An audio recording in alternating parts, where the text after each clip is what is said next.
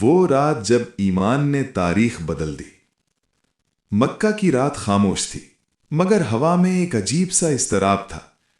گلیوں میں خاموشی تھی، مگر دلوں میں طوفان۔ ریت پر چلتے قدموں کی آہٹ سنائی دے رہی تھی۔ ایک نوجوان جس کا نام سلیم تھا، مکہ کی تنگ گلیوں سے گزرتا ہوا ایک پرانے گھر کے سامنے رکا۔ یہ دار ارقم تھا۔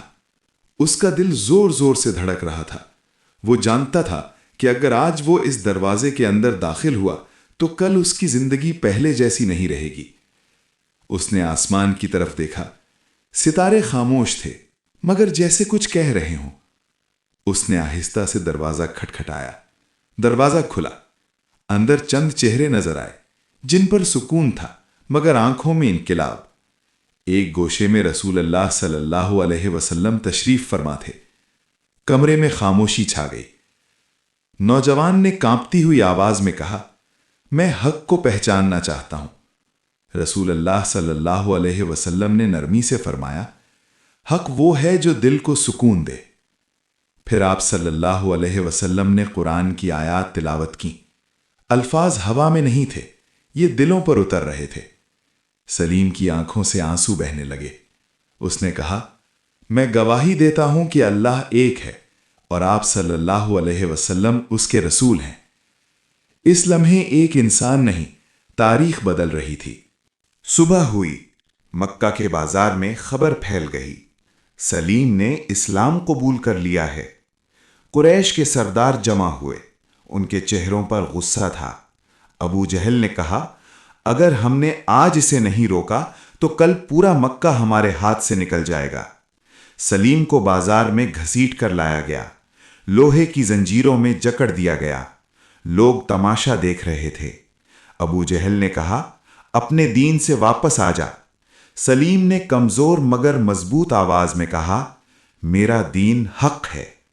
ایک کوڑا پڑا، پھر دوسرا، پھر تیسرا، مگر اس کے لبوں پر ایک ہی لفظ تھا، احد، احد۔ سلیم کو مکہ کے باہر صحرا میں لے جایا گیا۔ ریت آگ بن چکی تھی۔ اسے ننگے جسم ریت پر لٹایا گیا۔ اس کے سینے پر بھاری پتھر رکھا گیا۔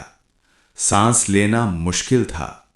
ابو جہل نے چیخ کر کہا، محمد صلی اللہ علیہ وسلم سے نفرت کا اعلان کرو۔ سلیم نے آنکھیں بند کیں۔ اس کے ذہن میں دار ارقم کی وہ رات آ گئی، قرآن کی آواز، رسول اللہ صلی اللہ علیہ وسلم کا چہرہ اور دل کا سکون۔ اس نے کہا، میں اللہ کو نہیں چھوڑ سکتا۔ دن گزرتے گئے، ظلم بڑھتا گیا، مگر سلیم کا ایمان بھی بڑھتا گیا۔ ایک رات وہ نیم بے ہوشی کی حالت میں تھا۔ اس نے خواب دیکھا، وہ ایک وسیع میدان میں کھڑا ہے، آسمان سے نور برس رہا ہے۔ ایک آواز آئی، اے ایمان والے، ڈرو مت، ہم تمہارے ساتھ ہیں۔ سلیم کی آنکھ کھل گئی، اس کے لبوں پر مسکراہٹ تھی۔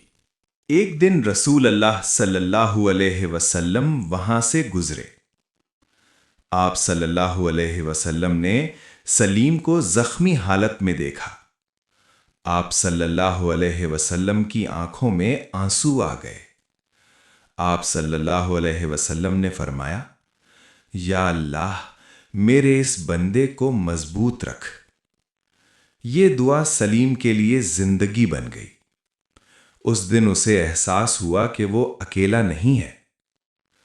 کچھ عرصے بعد مسلمانوں کے لیے مکہ تنگ ہو گیا۔